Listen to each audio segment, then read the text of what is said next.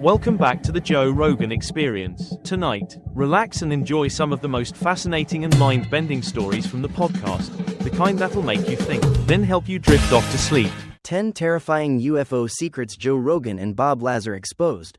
The government doesn't want you to know. 2025. I mean, doesn't always kind of seem like the most boring possible solution is usually the right one. It's like, what's the most boring thing? The most boring thing is nothing's happening, but you're imagining the dog is somehow has a telepathic link to you. Occam's razor, right? Yeah, Occam's the simplest, but it's also the most boring. Like, these crazy fucking UFOs. I'm sorry if you've talked about this a bunch on the podcast, but the UFOs that we're seeing, that the Navy is releasing these videos of these Tic Tacs zipping around, and it's Navy pilots. It's not the people we interviewed in that show. It's Navy pilots who are like, I don't know what the fuck this is, and I have great conversations with Uber drivers, and like we were talking about it, and this guy was like, and a lot of them are programmers and shit, and this guy was like, it's probably it's a glitch in the type of radar they're using. I think it must be a glitch. I mean, that's the most likely reality. They're not seeing it with their own eyes. They're not? I don't think so. I think they're just picking it up on radar, and so he's like, maybe it's a glitch, or maybe it's like... We should find that out. Can you Google... if the pilots were picking it up on radar, the pilots spotted UFO, to see if because I know some guys have spotted things with their own eyes. I know for sure some guys have. I'm not sure of the data set. I think it's probably relevant to the conversation, though. It's probably a good thing that we know. People listening going, what the fuck? I get super skeptical. I feel like almost like it's a plot.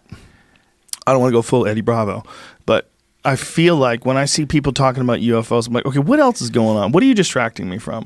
Mm-hmm. Is this really a big issue? I was like, is it really happening? Well, can I see it? What do you got? Got nothing? Oh, you got like some radar. You got radar from 1, 2 pilots, 3 pilots. Okay, I believe it, but I want to see more. Why do I want to see more? Like, what am I? And you'll get caught up in it. It'll chew up hours of your day. Yeah, man. There's a lot of those guys that we ran into on that show. I felt bad for them because they didn't understand what had happened to them. They had gotten caught in this weird loop of looking for secrets and looking for mysteries to be solved and looking for hidden conspiracies. And they get caught in that.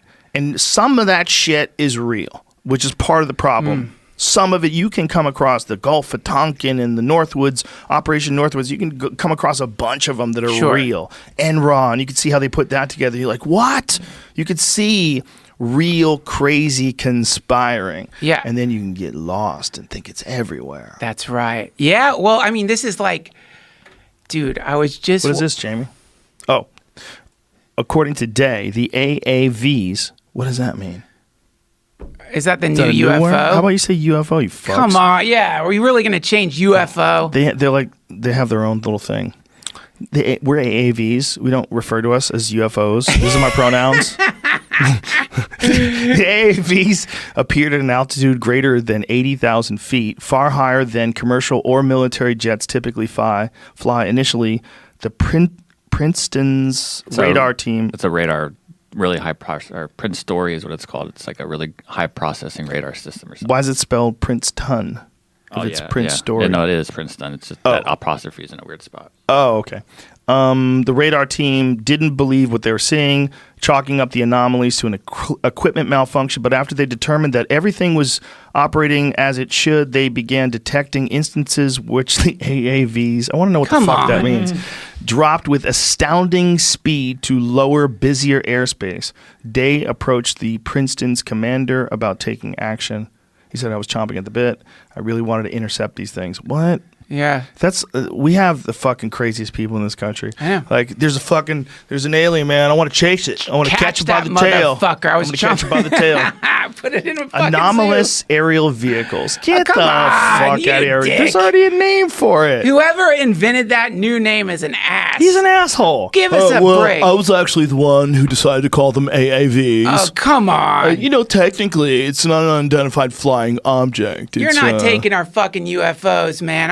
I'm gonna fight that. What is it again? What is the exact phrase? Anomalous aerial vehicle. Anomalous aerial vehicle. It's an AAV. You're an asshole. It's Anomalous. It's an anomaly. I Maybe want to it's propose a anomalous. new name for UFOs. Anonymous aerial vehicles. It's probably a part of a $1 billion study. Two fighters were diverted to intercept one of the strange objects. When they first arrived on the scene, the pilots didn't see any flying objects, but they did observe what the lead pilot, Commander David Fravor, later referred to as a disturbance in the ocean. The water was churning with white waves breaking over what looked like a large object just under the surface. Yeah. Then they noticed one of the objects flying about 50 feet above the water. Fravor, the commander of the elite Black Aces Squadron, this is a goddamn Nicolas Cage movie, who is a Top Gun program graduate with more than 16 years of flying experience, described it as about 40 feet long, shaped like a Tic Tac candy, with no obvious means of propulsion. It's white. It has no wings. It has no rotors. I go, holy shit, what is that? Dude, you know the guy, whoever the company is that makes Tic Tacs, they were like, yes, they're calling them Tic Tacs. It's free publicity. Totally. Tic Tacs is the one sponsoring this whole deal. You think it is? Yeah, man. People are buying Tic Tacs right now. Listen to this. You just say Tic Tac enough. You're like, you remember those old subliminal things you used to do in movie theaters when you're watching a movie and it would say hungry, eat popcorn. Like every 100th frame they would stick like hungry, eat popcorn. They would put subliminal text on the screen. You'd be like, damn, I want some popcorn. If you just say Tic Tacs. Tic Tacs. People are buying Tic Tacs right now. Well, we do know that pilot's got great breath, right? I mean, that's a Tic Tac man. If the first time you see a UFO, the first thing that pops into your head is it looks like a mint. That's nuts. There had to be other ways to describe it. He's got stock in Tic Tacs, bro. For sure. I Googled Tic Tac after he said that because I couldn't remember if they were square or if they were like They look like I would expect a good UFO to look like. Yeah. Kind of boring. Yeah. Like super Apple-like. Like if Apple made a UFO. Yeah. It's like a pretty sleek. Yeah. But going into the ocean part, that's the part I like the best because that kind of lines up with hollow Earth theory and maybe they're flying down. They have a base. Yeah, in the center of the Earth. Of course they have a base in the Earth. Why wouldn't you have a base in the ocean? We never go there. Dude, you ever fly over? I was just in Hawaii. You fly over 5 hours of water. It's just water. Oh, yeah. Well, that's that Strava app thing. I feel like we've talked about literally everything. You know the Strava app? Don't worry about it. Okay, good. It's great, man. I love that I have to think I'm pretty sure we've talked about this. The heat maps, the Strava heat maps that seem to show people walking under the ocean and stuff. Walking? Yeah. We haven't? No. Oh, so yeah, because Strava, it's like I think it was Strava, right? It was like a way for you to track your steps. And some people apparently were in some bases in the Arctic or in the ocean walking around. And it showed up before they could turn that function off for top secret facilities, like the places they blur out on Google Maps. So do you think there's a military base under the water somewhere where submarines go? God, man, I want to think that, but I'm always... Like in that movie, The Meg? Yeah, I think it's probably a technical error, but fuck, maybe. I mean... I don't know. It's like the implication of these Tic Tacs and all of it, if you really want to the first, to me, the most obvious one, minus the churning water evidence, is that it's some kind of equipment malfunction. Well, it's also that they have an unlimited budget for black ops. Yeah. We don't know what that number is. That's right. We don't get to know. Yeah. Right? All that weird shit they do when they're making stealth bombers and all that Area 51 stuff. Yeah. How much money goes to that? What is the number? Let's Google this. How much does the U.S. spend on black ops? I was going to bring this up in the middle of what you guys are talking. There's a program here that was going on. The AATIP, Advanced Aerospace Threat Identification Program, was going on and had a just budget. The AATIP. Yeah. I'm going to fuck you out of your money, but I'm just going to use the AATIP.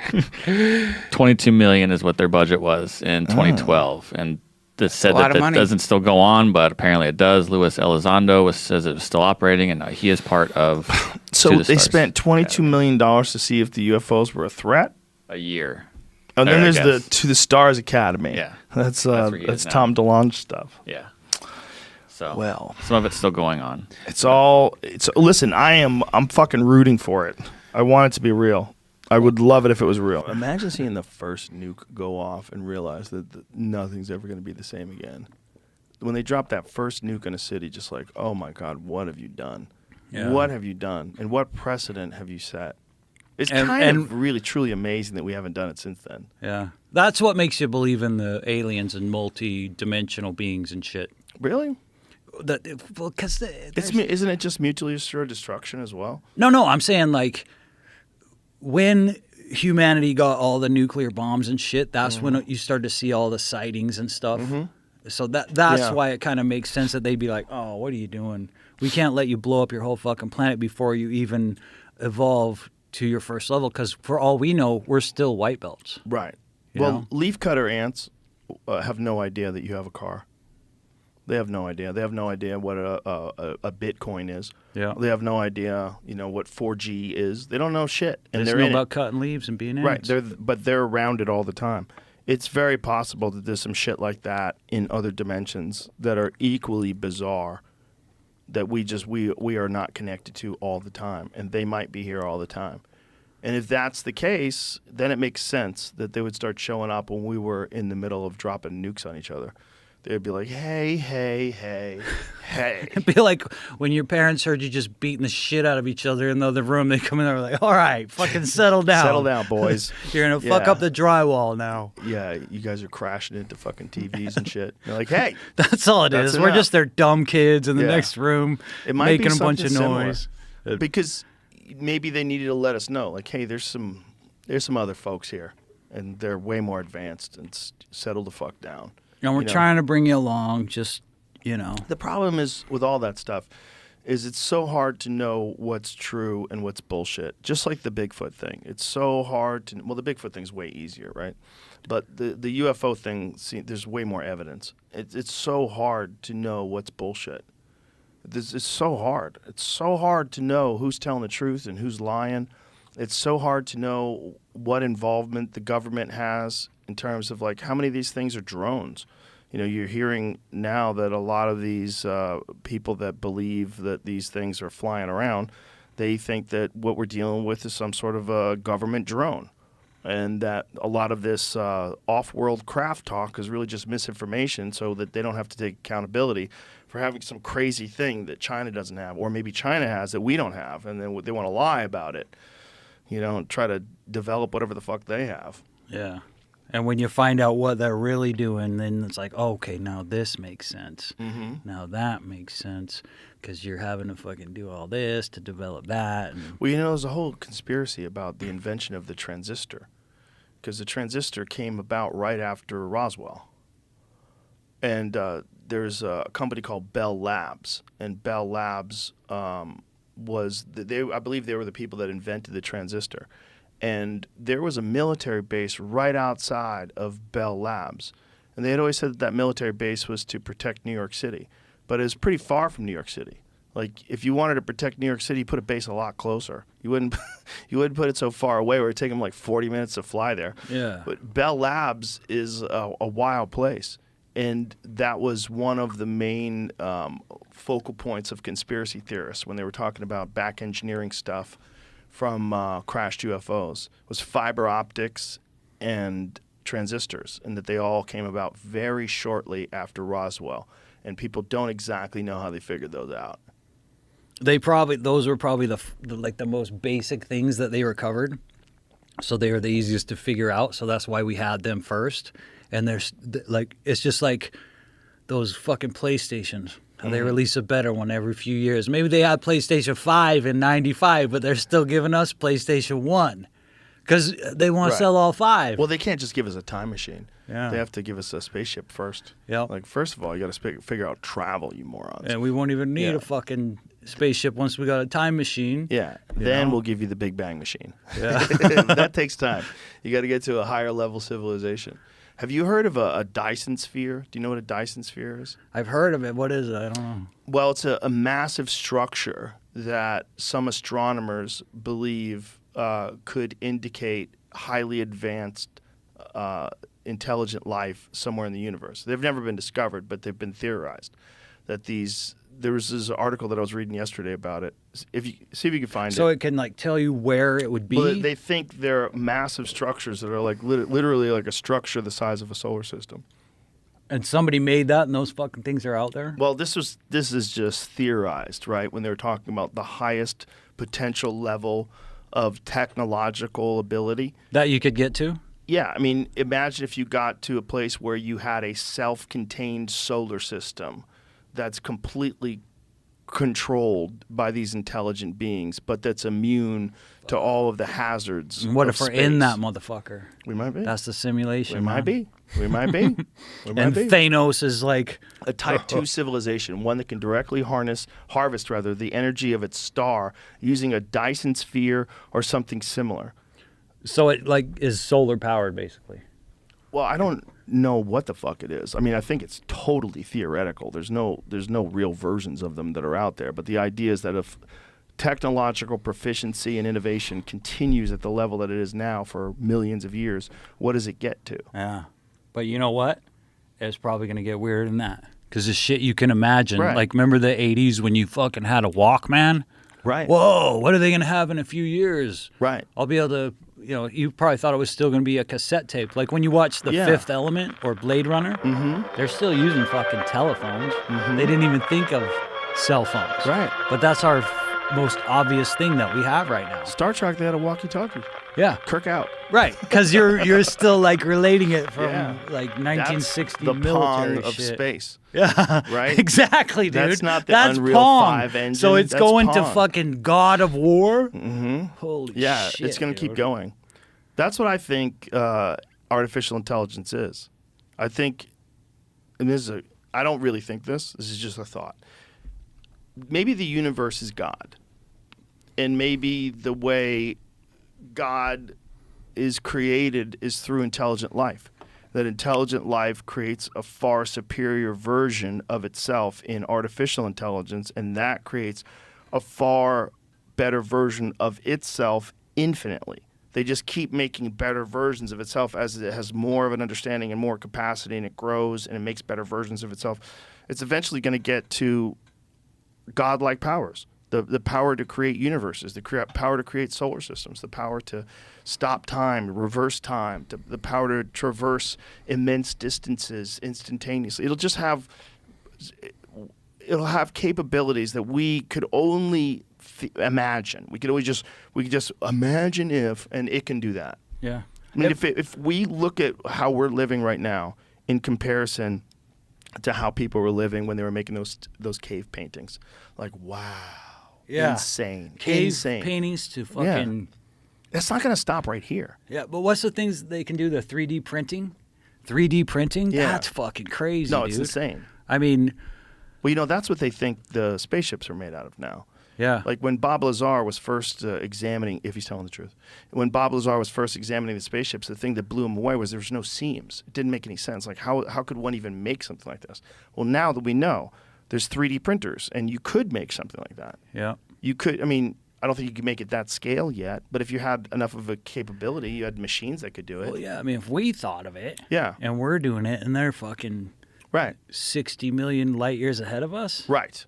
Like, who's to say they're not? Who's to say they're not 60,000 years ahead of us, or Yeah. 600,000, or 6 million? Or, like, think about it. If you have a fucking time machine, you could go back to check out some shit that already happened, but you could also go forward. I mean, we just have no comprehension of what you could. Maybe you could, like, start a project in your lab, right?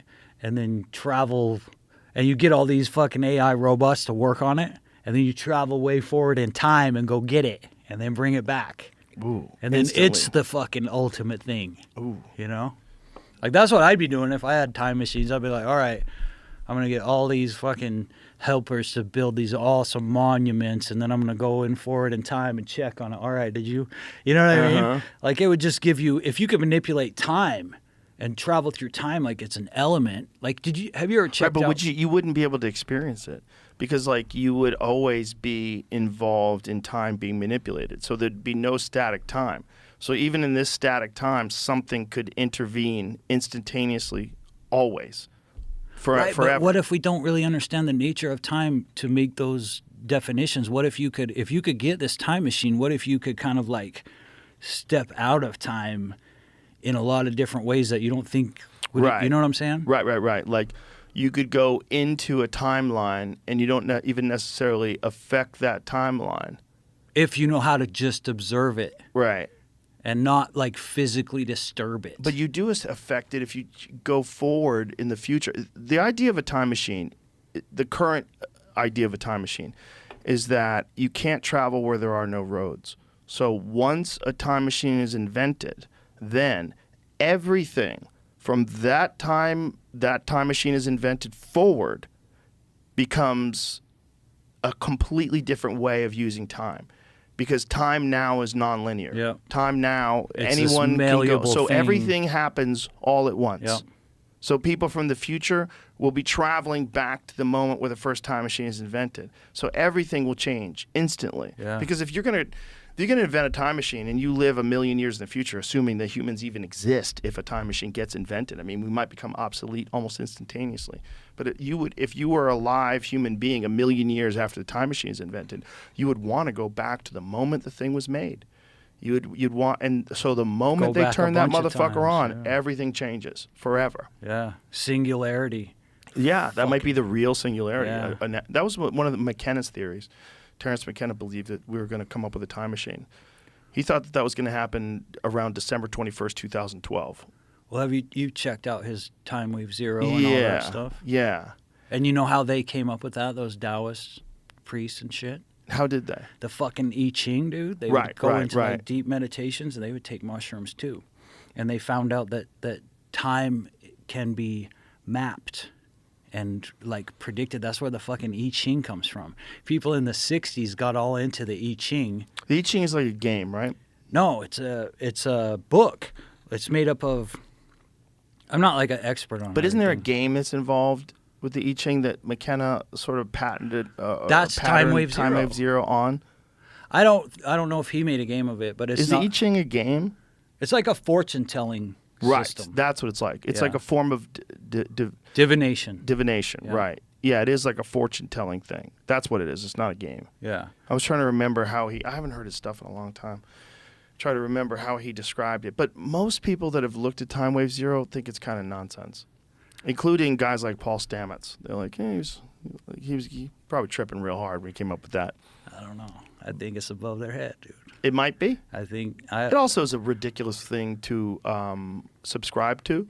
So a lot of people are reluctant to like open themselves up to ridicule. But so is everything. Everything's ridiculous. Everything's ridiculous. What's all these like religions and everything that everybody fucking is into? Everything's ridiculous. So nothing is Taoism and Time Wave Zero isn't any more ridiculous than anything else that people are fucking tarot cards.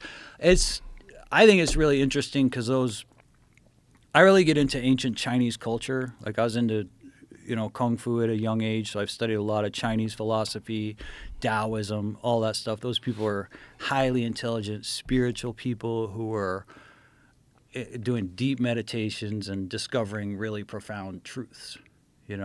I think that we are at a level where we're so intellectual that we're almost too intellectual. So it's almost like we can only think about things in this scale. Like people see in a certain frequency, they can only see certain lights, but like dogs can hear sounds we can't hear. Others, Right. So it's just like that. It's like our fucking intellect is like this, and we can figure out all. But Because we exist within the context of our culture. because we've fallen in love with this. Right, our mind. But there's also this, and The heart. your spirit. That's what figured out the Tao Te Ching. That's what figured out, how to tame horses and be one with them and domesticate primates. It wasn't just us thinking cerebrally. That's kind of limited. I think our real being is deeper than that. How long were you there? I'd say about 6 months or so. And what progress was made while you were there? Well, we came up with a bunch of reasonably good ideas about how the reactor worked. And one of them was the square base of it was essentially like a cyclotron, which is a small particle accelerator, a circular one.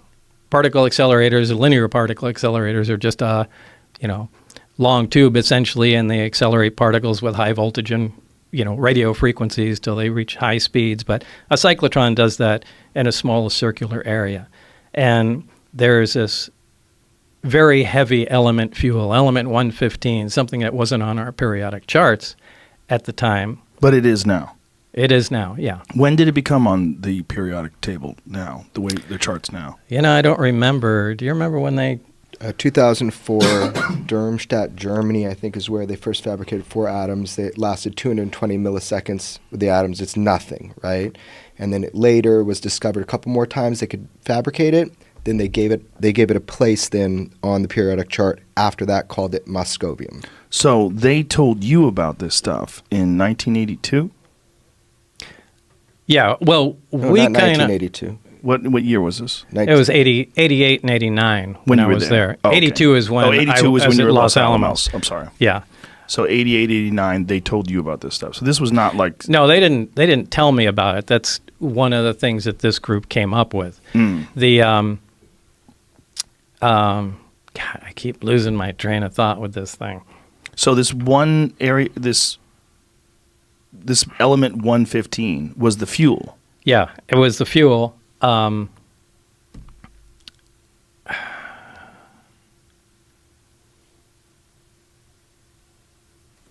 The world will forgive you for having a migraine. Can I just It's really say hard to one- think through I this. Just understand. give me a minute. We'll just give you more I booze. just want to say one. Yeah, definitely. I was going to say one thing. Bob, for the last 30 years, people have just been on the attack on Bob. Getting to know him, the personal effects on his life. It's really hard to understand unless you meet his family and his wife. I mean, this is the last thing he wanted to fucking do was have to talk. Yeah, we should explain that, Jeremy, that Yeah. you and I had this conversation. For I a watched long your time. documentary. We had this conversation, and I said, I have to talk to him. Yeah. The document, there's been detractors. There's been a bunch of people that called bullshit on many of the things that you've said, but over time, many of the things that you talked about, even in the 80s, have proven to be true. Things that people said were not true were proven to be true. Element 115 was one of them, right? Right. Element 115, the fuel they had, was stable. In other words, it didn't decay. It wasn't emitting radioactivity. When they synthesized 2 or 3 atoms of the 115, it did decay, and it was not a stable element. So they're kind of 2 different things. But this is kind of typical. Elements always have, or pretty much always have, stable isotopes and unstable isotopes. Like I think cesium has like 30 unstable isotopes to it. So, hydrogen, for example, you're familiar with hydrogen gas. It's stable. It's not radioactive. But there's also 2 other types of hydrogen, deuterium and tritium. And deuterium isn't radioactive. It's another stable isotope of hydrogen. But tritium is radioactive. Now, they're all hydrogen, but they just have different amounts of neutrons. So it's the same thing with other elements and element 115. Depending on the amount of neutrons it has, designates the isotope, but it's 115. They will continue to take or experiment and try and make 115 at different isotopes, and I'm sure eventually they'll come up with a stable version, but it's the stable version that has the properties that we're talking about. So they somehow or another had acquired a stable version. Did they say that the stable version had come with this craft? Yeah, it absolutely did. came with the craft, yeah. So at the time, you having a firm knowledge of the periodic chart and knowing what was real and what wasn't real, what was your reaction to having this stable element 115 that wasn't even supposed to exist? Well, everything was impossible. Right. I mean, down to the metal. I did get a chance to look inside the craft on only one occasion, and this was important because where the reactor sat might have been critical to how it operated, since everything operates without any interconnection, so the placement of components might be critical. So they allowed me to go inside and look at it. Again, I forgot where the hell I am. So you're going into this craft, and what are you thinking when you're inside of it? Like, what are you seeing? It's a very ominous feeling because there are no. First of all, everything is one color. It's like a dark pewter color, and there are no right angles anywhere.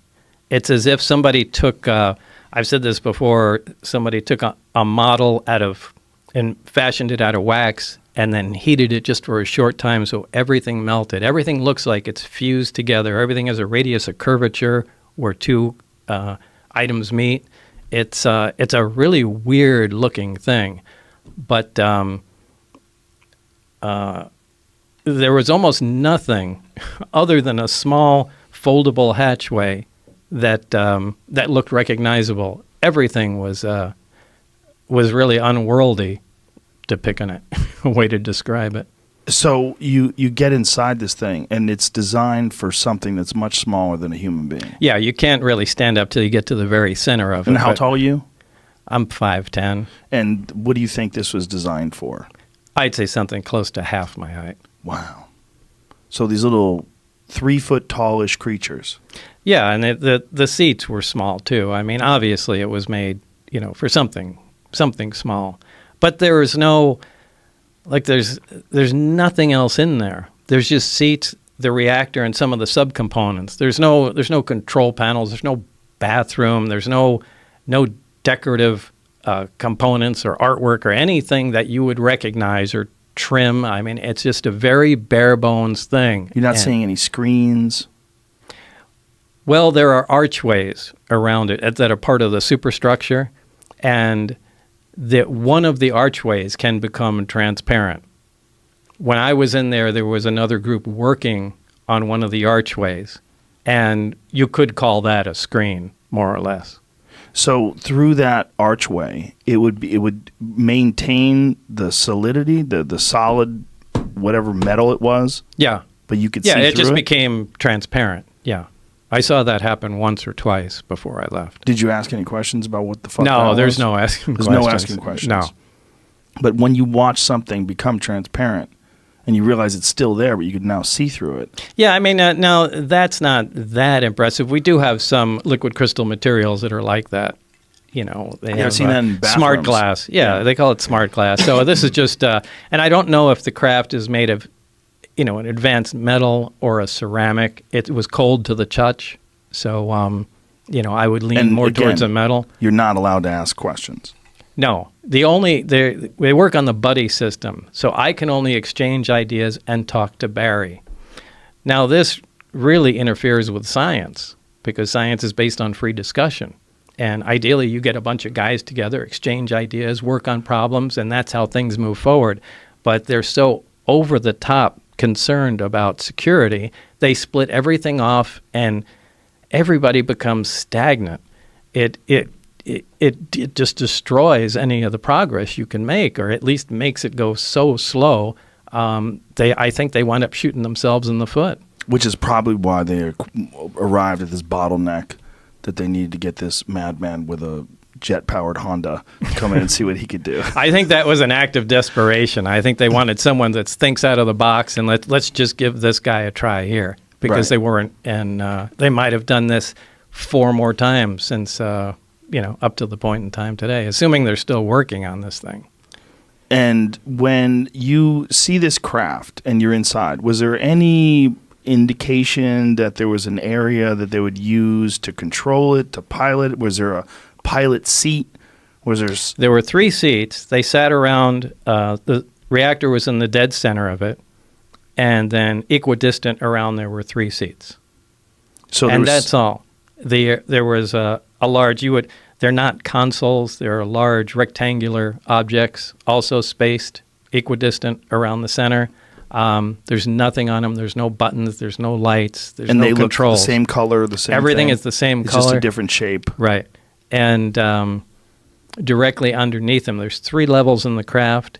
The main level is what we're talking about. Directly under that, those are the gravity amplifiers, the big rectangular objects.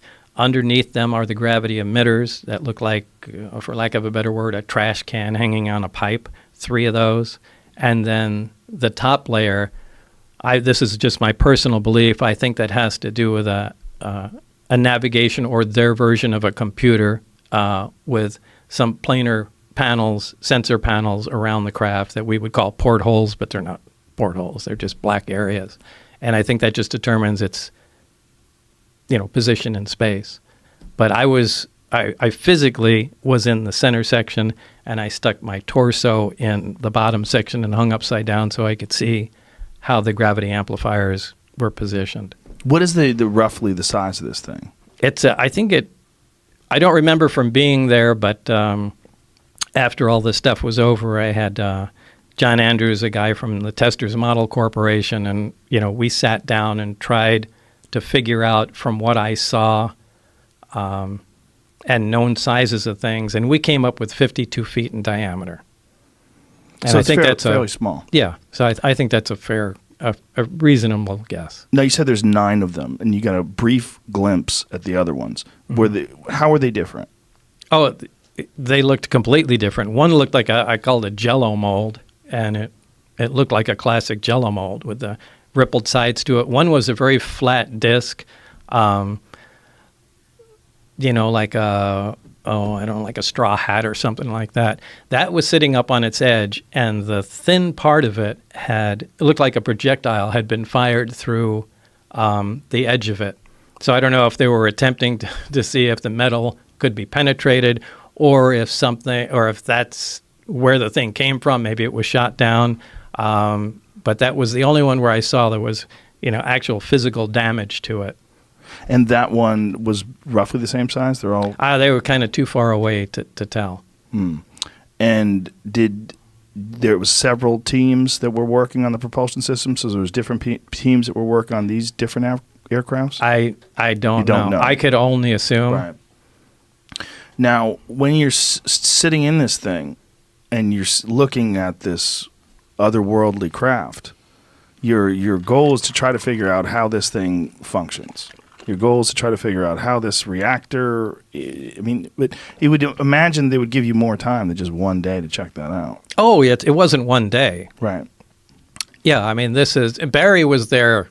I think Barry was sleeping there. I'm sure they had. Now, that isn't weird. Up at the Tonopah test range where they work on stealth fighters, you go, I think, 3 weeks on, 1 week off, and you stay up there too. So it's not weird to stay up at the test site. Right. So, I think he pretty much, and he acted like he's been up there for a long time. Yeah. But he's still there. Yeah. Who knows? Do you have contact with this guy? No. Oh no. I wish I did. I kind of thought he was going to come out after I did. Right. And I think I took so much flack and it's so much shit for what went on. I think I wound up helping security there, and everybody became afraid of, doing or saying anything after that. So what kind of reports did you have to give? So you're not making much progress, right? You're just trying to figure out what this thing is, and it seems impossible. Well, we didn't personally make them. We were always – there was never a lot of information that we gained. The guy, you would call him our supervisor. His name was Dennis Mariani, and kind of a military-looking guy. And he would routinely pop in, during the day and, hey, what's going on, guys? And he would essentially relay any information, anything new we came up with. He was our go-between, where we presented him the information, then he took it to wherever they were, assembling all the data from everybody. Now, I assume you're working normal days, like an 8-hour day? No. No? No, it was really weird that I would be only called in on certain times and certain days. And they would be weird hours, too. Most of the time was later in the evening. I can get a call at 11 o'clock at night, and they'll say, it's now 11 o'clock. By 11:45, you need to be at the McCarran terminal, and, we'll let you know when we have more information. But what did you do while you were there? If you're looking at this object, this reactor, and you can't figure out what it is or how it works, other than the fact that it works on this element that we don't even know about. Sure. The thing was what you do with anything. If you're trying to analyze it, all you can do is perform tests. And all we did is try and come up with every kind of test we possibly could. We tested, it violated a lot of what we thought was impossible to violate. One of the first laws of thermodynamics, essentially any machine, any device that operates always makes extra heat. Nothing works at 100% efficient. Even the headphones you're wearing, anything that takes power, some of that power is going to be converted to heat, and it's just wasted. This didn't. I mean, we looked at, back then we had infrared cameras. They're different today, but back then you had to pour liquid nitrogen into the camera to cool the sensor down and get these infrared images you've seen.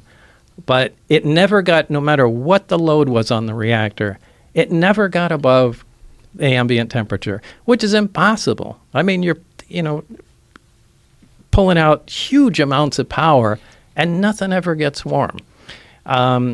We tried measuring magnetic fields and there was nothing there. So we started playing around with the emission from the emitters, the gravity wave itself, and saw what we could do with it and how it was focused. So we really spent all our time just trying to see what the stuff can do and what we can control.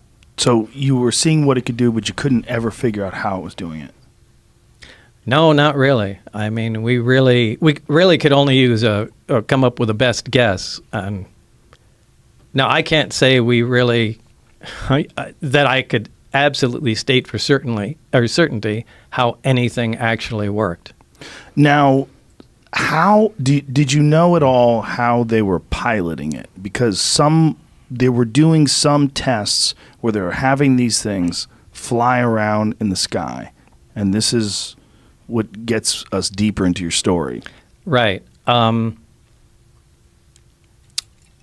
was out there for one test. Right. In fact, I was with Barry in the lab, and Dennis came in and said, "We're about to run a test. Why don't you guys come out?" Or I think he said, "Barry, why don't you come out here and bring Bob with you?" We went out there, and the craft was already outside the hangar and was just preparing to lift off. Now, they were in communication with somebody in the craft. So there was a person in the craft? Yeah, there was certainly a person in there. Now, it's not a comfortable place to be in because it's small. So the guy has to be sitting on the floor in the middle, my best guess. And this is the same specific craft that you worked on? Because that was the only craft that you were in. The only one that I touched and worked on. And it quietly lifted off the ground, which was incredibly impressive to see. Quietly or silently? Well, quietly, because Did it make some sort of a noise? It produced a little corona discharge from the bottom. A corona discharge is kind of a high voltage brush, little bluish glow discharge. As it was lifting off the ground, you can hear a slight hiss sound. Now, as soon as it cleared the ground by about 5 or 10 feet, maybe even less than that, the hissing stopped and the blue glow disappeared. So it lifted off quietly and then it hovered silently, if you want to be specific. Wow. So then what kind of maneuvers was it doing? It took off, for that particular time, it took off, moved a little around to the left and right, and then sat back down. The craft itself, they communicated with it with because I saw the guy talking in a regular VHF radio to the person in the craft. And I even saw the frequency that was on the frequency counter of the communication, the transceiver there. But what's weird is he shouldn't be able to communicate with the craft with a radio. The radio wave should bend around the craft. I mean, it shouldn't be possible. Every single thing about the craft and the way they operated didn't make any sense to us. I mean, that's something we talked about for a while after. Why should the frequency bend around the craft? Well, you really have to look at the way the gravity wave comes out of the craft. There's the reactor's in the center, and there's a waveguide that goes up to the top. There's actually a small appendage that sticks out of the top of the craft, and it produces a heart-shaped gravitational distortion around the craft. Now, if the craft is sitting in the air and you walk underneath it and look up, you actually cannot see the craft. The light bends around it. You're bending gravity, bends light. It bends radio waves. It shouldn't be possible to communicate with a craft that has an envelope around it that's distorting all forms of energy.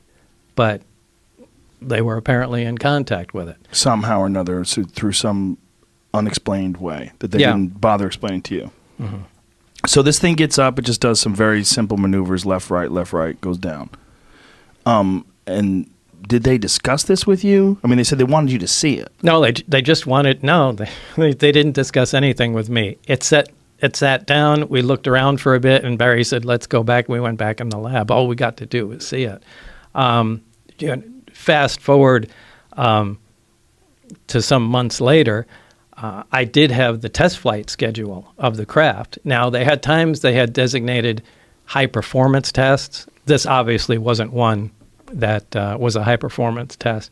The high-performance test goes above the mountain range, and they do much more radical moves with the thing. Look, this is a prized item, and they're not doing anything like taking it out of the atmosphere or flying around to other countries or anything like Right. that. They just play with this thing right over the test site.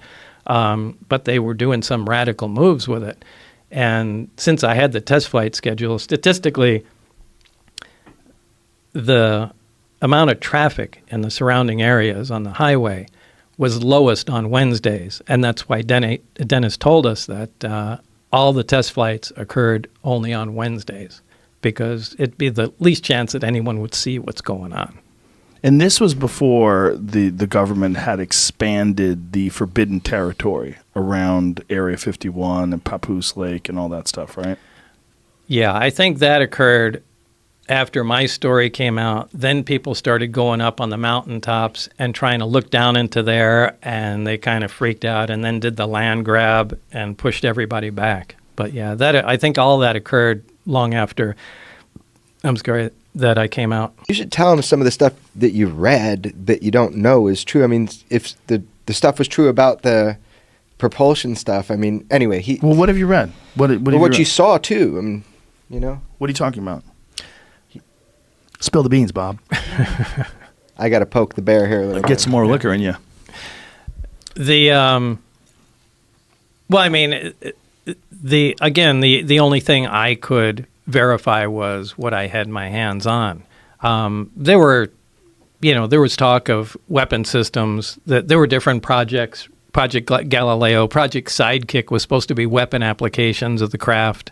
Project Looking Glass had to do with time, any effects of time in the craft. Now, I don't think we're not talking about making a time machine like in science fiction, but we're talking about, small distortions, intentional distortions of time, and how that can be used, as a, not as a, well, it was part of a weapon program. How are you informed in this? About These, again, were just the small briefings that I read. But, again, I don't really like to talk about those because I don't have any information on them, and it was just, small briefings. But you told Commander Fravor that what he saw might have been a time dilation and not it with could gravity be, propulsion. because Yeah. gravity affects time, space-time. I'm sure you've heard of that. And, what Commander Fravor saw as he was in the F-18 approaching it, he said he described it as a ping pong ball in a cup and shaking it back and forth. It was moving that fast. Now, obviously, if there's anything inside there, it's going to be battered to hell. But, my point was that, well, one of two things. Either there's a gravitational envelope in there which negates any inertia effects, or you are seeing through a gravity distortion field. So, just like you're looking at a hot highway and you see, Looks like an water. optical distortion going through there. Well, the same thing happens in gravity, and the craft may not actually be moving like that. It may just look like it because you can only see it through the field. So it may be making much more gentle moves. I'm not saying that's it, but it has to be one of the two. And the thing shows up 60 miles away. They noticed it on radar 60 seconds after it left Commander Fravor, but it was at his cap point, which is the next point he was destined to go to, 60 miles away. And in 60 seconds on radar, the same object ends up there. So it's going a mile a second. No, I think the radar just picked it up in 60 seconds. Yeah, it could have been there instantly, but Yeah, we don't know. the cycle I see. time. Nobody on the radio was knows. 60 That's the whole thing. Is Oh, so it cycles, like radar cycles? Like Yeah, sends it out a doesn't. beam It and- doesn't sweep, but Right, I it's mean, like it it turn- like- scans. yeah, it's like a that planar antenna. array, so it Okay. just it scans around at random places. That's the spy one does the really cool. Yeah, it Right. doesn't do the whole loop anymore. Right. The point is though that the craft moved to his next location before he knew where his next location was going to be, Jesus. and that's well Documented. documented. So that's a pretty shocking piece of information. What's fascinating to me too is that you were discussing this, the way this reactor worked, and that these things were not really connected. No, nothing is connected. There's no wiring at all. That freaks me the fuck out. Charge your iPhone, Yeah. Well, wireless, on the little, yeah. Yeah, I mean that's a Well, I simple mean, electromagnetic. Yeah, I know again, but that's just simple electromagnetic induction. Right, but It's- I mean, Tesla, the scientist, had this concept of Right, that's what he's- yeah. that's what I'm talking I mean, about. for other Yeah. people that don't know what we're saying, that he wanted to send wireless electricity through the sky, and Westinghouse was like, "Get the fuck out of here with that!" Like when anybody could just pull electricity out of the sky. Can't meter it. Yeah, they It's- couldn't. yeah. They couldn't. We had meter this it. talk on the Yeah. car ride over. I'm trying to chill him out. We're talking about Tesla and how he couldn't be metered and how it all went down. So it's funny you bring it up. Yeah, Yeah. I mean I mean, who knows what would have happened in terms of innovation had he been allowed to go forward with that? Well, we probably wouldn't have computers. You think? Yeah, I'm pretty positive. Why I is mean, that? forget about microelectronics. Well, this is dumping huge amounts of electromagnetic energy in the air. And yeah, we'd be able to wirelessly turn on our lights, but there'd be no radio communication. The interference would be something would be overwhelming. It would induce electric currents in anything with a small wire on it. So integrated circuits, transistors would be disintegrated before they were even, tested for operation. So it would Maybe it would destroy. have fucked us up. Yeah, it would have stopped us dead. It'd be great. You can turn lighters on and heaters from all over the place with no wires, but it would stop modern electronics. And if we became dependent on it, it would almost be like our dependence on fossil fuels. Although it's destructive, it's very difficult for us to get off the nipple. It would have changed the course of how we developed, which is so interesting when you talk about if a civilization, another star system, didn't even start with fossil fuels. They had 115 naturally on their planet, and they're like, cool, anti-gravity is pretty awesome. Well, the fact that they I didn't think have it's important that actually happened. Yeah. It might have been stopped in its tracks for a reason. Whoa. And I think it's incredibly difficult for us to imagine technological progression under another timeline other than the one that we've experienced. Yeah, that's difficult. If we imagine what this alien race must have been like, and how, I mean, God, just to be able to see something, obviously we've seen it in different life forms, right? Like we see the life of certain beetles in comparison to the life of certain fish. Very, very different existence, very different life cycles. Octopus. Yeah, octopus. Yeah, I mean, we see all these different variables in terms of biological entities on Earth, but we don't see it in terms of technological innovation as we're the only one that's intelligent that can innovate. I mean, we have intelligent creatures, but they're in the ocean. The only other thing that are like us are dolphins and orcas and whales, and they don't have the ability to manipulate their environment. And subsequently, because they don't have the ability to manipulate their environment, we put them in fish tanks. And we're like, get in the tank, do some tricks. Right. The only thing he saw in the craft, if we were considering Bob's story, the only thing that he saw in the craft that he related to that looked like a human could make was this honeycomb hatch. And I always love that because you're like obsessed with this thing that you could recognize. I only focus on that because it was the one thing that I understood how it worked. What was it? And it was the access to the level below, and it was if you take you have a 6-pack of beer and you take out the cardboard dividers, set it on the table, you can put a lot of pressure on the top. But if you push it from the sides, it collapses flat. So it was something like that in a honeycomb shape that was essentially some sort of sheet metal, and you could walk on that in the upper layer, but if you took the corner, stuck your finger in, and pushed, it collapsed and made an entryway. So I thought that was a really unique. I'd never seen that before, and it was the only thing in the craft that made absolute sense to me. I said, we can make that, and all that is a hatchway. Was there any discussion about the materials that were used to make the craft?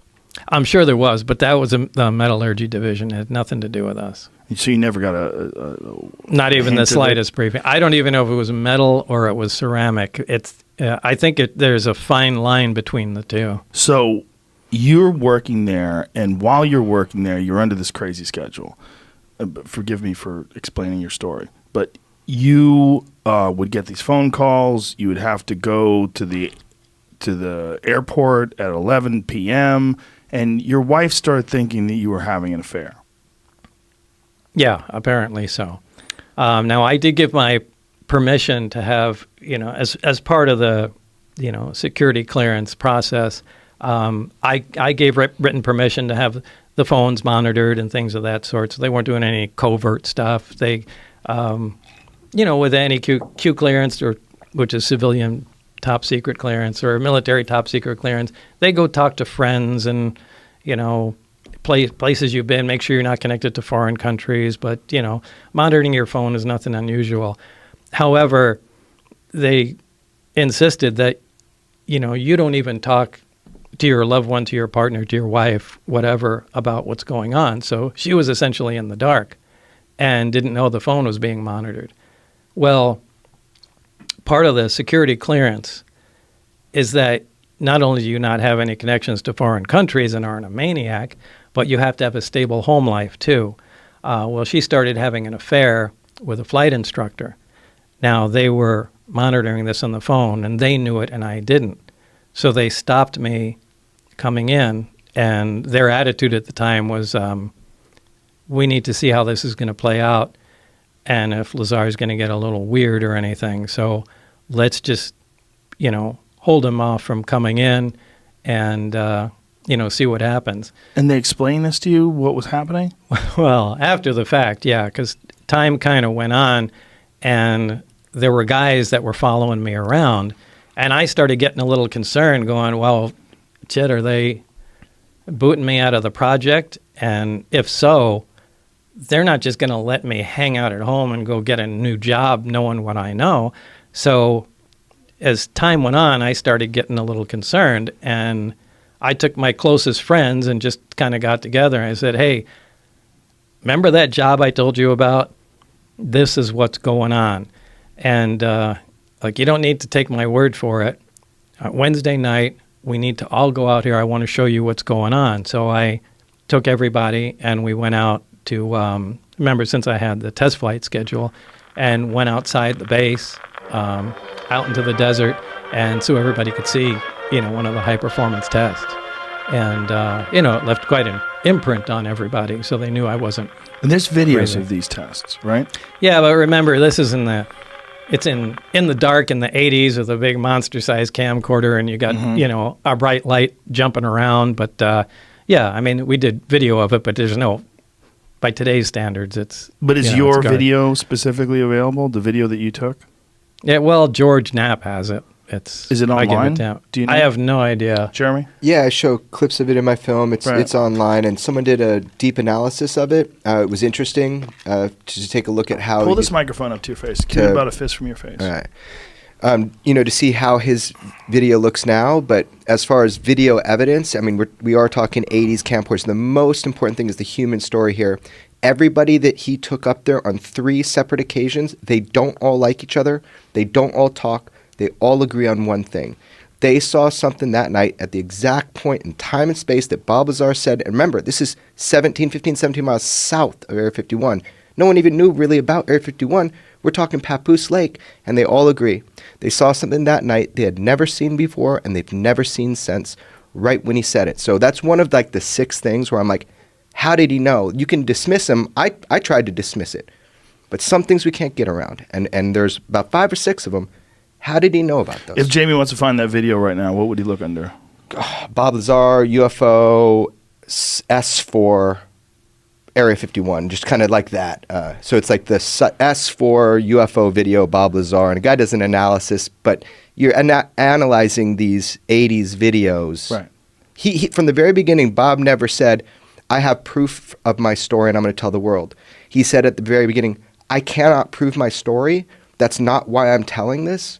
George Knapp convinced him to tell people, And he lived through it, and I didn't believe it either until I talked with George. Okay, so you film this test flight, one test flight, and then you get caught. Actually, it was, I think, the third time, because we went out there the first time. Everybody saw it. Everybody was amazed because it did some radical maneuvers, and everybody had a lot to say about it. Maneuvers that I've seen the video. It doesn't. I don't think there's something we have now that does that. No, in terms of like a human piloted craft. I mean, I don't know, obviously, with the government. No, it's impossible. Nothing can move like that. And remember, we didn't start filming from the very beginning.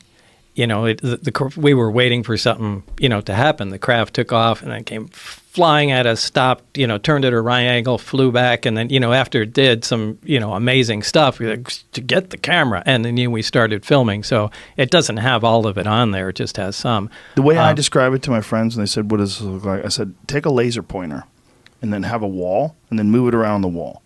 Like, how it moves around the wall? It doesn't seem like it has anything to do with inertia or physics, or it's not impeded in any way by the atmosphere. Yeah. That's what it looked like. You're essentially separated from reality, as crazy as that sounds, with being encased its own gravitational envelope. Inertia is not going to affect it. And,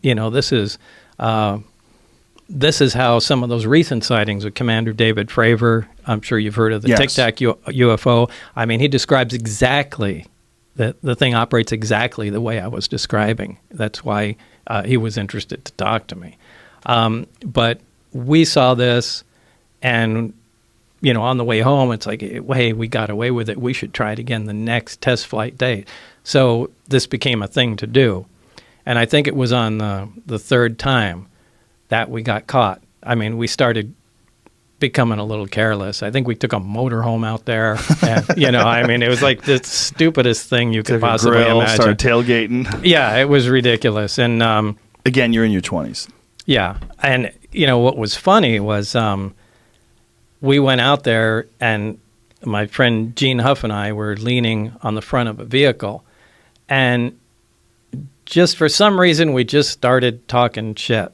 Like, well, I hope they realize that, I don't remember what we were saying, but, that it's something about attacking the base or something along those lines and stealing the craft or something like that. Something crazy. And then about 20 feet in front of us, we see a little green light fall on the ground and roll to us. And unbeknownst to us, now it's pitch black, you can't see your hand in front of your face. There were a bunch of guards standing right out there, and they had a night vision scope where they were like from here to the wall looking at us, listening to us, and the guy dropped it, and the scope rolled over to us, and you could see the green screen. We turned the lights on, and all these guys are there. So it was whoa. Yeah. So we did incredibly stupid stuff and got caught, as we should have. So when they catch you and they bring you in, then what happens? Well, I went in for debriefing. The following day, I went to Indian Springs Air Force Base, which is kind of a defunct base that they used to use at the nuclear test site. And this is when they brought out the transcript of the phone call with my wife. And, they sat me down and we said, when we meant to keep the secret, we meant you can't tell your friends, right? And it just being sarcastic and trying to. Mm-hmm. And then they got real serious. But this is where they, took the transcript out and were reading me what my wife and, our friend were talking about. And I don't know, it was a hard time. So what happens from there? What do they do with you? Why don't they arrest you? I don't know. I don't know why. I'm not sure they knew what to do, but they did let me go that night, and I went home. And this is kind of when the most stressful part started. Because you're realizing that you're being monitored 24/7. Now I know not only am I being monitored, but now I know I'm in trouble. And it wasn't a short time after that I contacted, at that time, the only investigative reporter I had heard of in Las Vegas was George Knapp. And, told him some of the story because I had no idea what the hell was going to happen at that point. So George Knapp tries to dissect your story, tries to find holes in it, tells it puts it online, and makes everybody aware of it, and that's how I found out about it. Yeah, to make a long story short. Yeah. What happens? Yeah, to really make a long story short, what happens from there on? I mean, do they contact you and say, "Hey, Bob, it's probably a good idea if you shut up"? Oh, Did they try to label you as crazy? Was there? There were a lot of things that happened at, between that point. I'm leaving out a lot of stuff to fill in the story. We'd have to go back to Los Alamos and well, I really don't want to talk about that. The Top secret weapons stuff that you were working on. No, I'm talking about the 115. Mm-hmm. Well, I don't know. I have to think about how I'd. What is the problem with this? I don't want to get myself into more trouble by admitting something. So I just have to dance around a couple. He was rated just during the filming of the movie. People thought it was the movie's great, by the way. Thanks, Joe. And it's on Netflix right now. If anybody wants to check it out. Now, I'm not in. Believe it or not, I'm not into UFOs. I don't follow stories or. Even after your experiences? No, I'm fascinated with the technology, and it irks me like every night I go to sleep that that it was my own doing essentially that prevented me from continuing on in the project. I mean, it's that to be on that cutting edge of technology is so alluring to me. Right. But by the same token, I don't really care that there's aliens or where they come from. I mean, the prize is the technology, and that's what I'm fascinated by. But so I don't listen to UFO stories and that sort of thing. But George Knapp is, he's the guy that has the contacts and tries to thread everything together. And what he recently told me is he found, I don't know, it was either documentation or people that he spoke to. It's that the existence of this project, the project that I was on, it's something that they seem to take out every 8 or 10 years. So that's a very specific memo, and this is actually, this is the first time I'll be very clear with people about it. It's a big topic of conversation right now. It's called the Wilson Memo. You can look it up. Admiral Wilson met with a scientist who's actually was featured in one of my films. Everybody has been debating whether or not this document of a conversation with a sitting admiral at the time is a real document. It's an actual conversation that happened, and this document is real. Everybody wants to know. The world is going crazy right now in the UFO world. I'll tell you straight up right now, I'm in the position to know, and it is a real document, that it is real. So the conversation you read in that conversation was had. I can't attest to every... You're not being very clear. Sure. Please. No problem. So there was a document that is circulating right now that is really big. It's going around everywhere. People are asking and wondering. What is this document? It's called the Wilson Memo, is how you can find it online, or the Wilson Leak. There it is. Jimmy's got it. The Wilson Memorandum. Use of human volunteers. No. I just wanted to make sure that was it. Yeah. No, that's not it. Okay. Yeah. So Admiral Wilson meets with this scientist, and they have this discussion, oddly enough, at special projects at EG&G. And if I remember, the document is from 2001. I'm telling everybody right now, it's real. And we'll see. My history is pretty good with saying if something's real or not, right? So here we go. The document comes out. They meet at EG&G Special Projects. In 1989, they stumble into a problem. This happens. They put the technology away, and then they bring it back out and see if material science has caught up and if they can make any progress. So this document kind of talks about this process. The big thing I get from it, and a lot of it's vindicating to Bob, and one of the things it's vindicating, besides the EG&G thing, is that private industry, so this guy's an admiral, and he says, I found out about your SAP, your Special Access Program. I need to know about it. And he's going to a private part of industry, and he is denied access. And he says, I should be running this program. And they were able to deny him access. So I think the takeaway here is, check it out. I'm telling you that is an actual correct, that is a leak. Now, everything said in that document, I don't know. What are you talking about? What is said in that document specifically? It's between a scientist and an admiral that are sitting and they're having a meeting, and they're talking about the search for the UFO subject, the search to get special access program access to all of these different things like reverse engineering programs. So in this document, they talk about it. I believe that this document, the person that went was employed by Robert Bigelow, one of the guys that has a couple of orbiting satellites and all that stuff. He's the guy who owns Skinwalker Ranch. No, he's not. He was the guy that owned He used Skinwalker. to own it. Okay. Yeah, he used to own it. There's a new owner, and I interviewed him for my other film, but there's a new owner, and you'll be hearing a lot more about that soon. But there's stuff that you'll be hearing about Skinwalker Ranch soon because there's a new owner. Anyway, the whole point of this insertion here is just that document kind of validates a lot of this idea Bob just said, that they make a little progress, then they can't go anywhere. They tuck it away, and then they bring it back out, 10 years later and start working on it. What is the limiting factor? I think Bob should speak on this, but it's the material science. Yeah, it's really where physics is. So I can see them doing that. I mean, I didn't have any information on that, but I think what George uncovered is probably accurate. That we try and do what we can, and once we reach a roadblock, going, we really can't figure it out. It's just friggin' put the thing away, wait for science to catch up, and a decade later, let's take the project out again and see. All right, now where can we go? But there's got to be someone who remains informed, right? Oh, yeah. So you've got your scientists like you and Barry. You got your people that you compartmentalize. You got these people working on this there project. has to be some people that know everything. You've got security, and then someone's going to be on the outside saying, hey, we need people to guard this building. Don't let anybody in for 10 years. I think a lot of that is private industry, and I think that's how they keep it. Yeah, I think that's how they because the government is just so leaky. I think that's kind of what they're doing. That's what the document kind of proves. You just articulated that it is in control of private industry. What private industry? Some aerospace company, something? I don't know. Yeah, the admiral wouldn't name it in the in the conversation. Right. Yeah. So they still have these things, supposedly.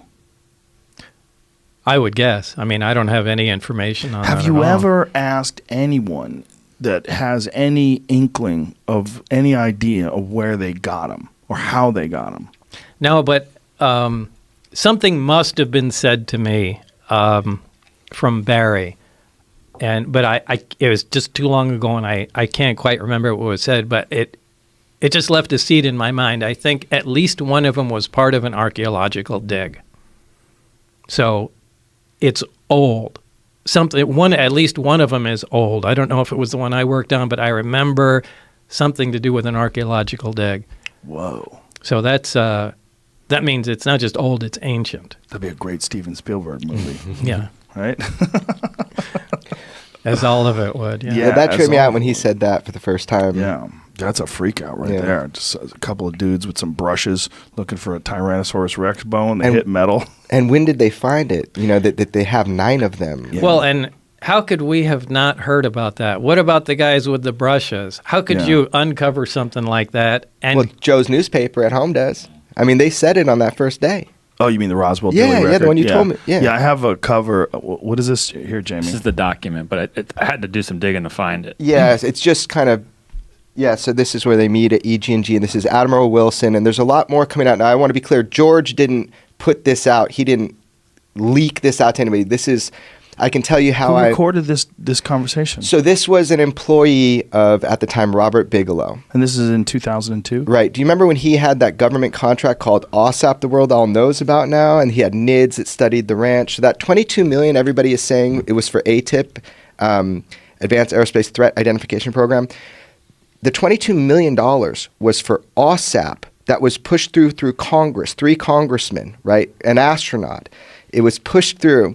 And that's what that $22 million, by the way, they spend more money on Viagra every year than they do studying UFOs if it was just this program, which I think is funny. They probably make a lot more money from Viagra they probably than they do do from UFOs, too. Well, you never know how it seeds into population. But anyway, this program This is what was the mother program. So it got the 22 million, and really it was to study Skinwalker Ranch. Oddly enough, that 22 million all was inspired by the phenomenon they were seeing at Skinwalker Ranch, because the scientists, they're seeing vehicles come through like a space in the sky. Yeah, we went there. I went there Right, with Duncan. yeah, we interviewed a bunch of people that seemed full of shit, but a couple that didn't. It was very, very interesting. Totally. And if you look, I spent a lot of time in the area. I'm not talking about those stories. I'm saying there were scientists hired by the government, right, through Bigelow to study the ranch because they thought it was important.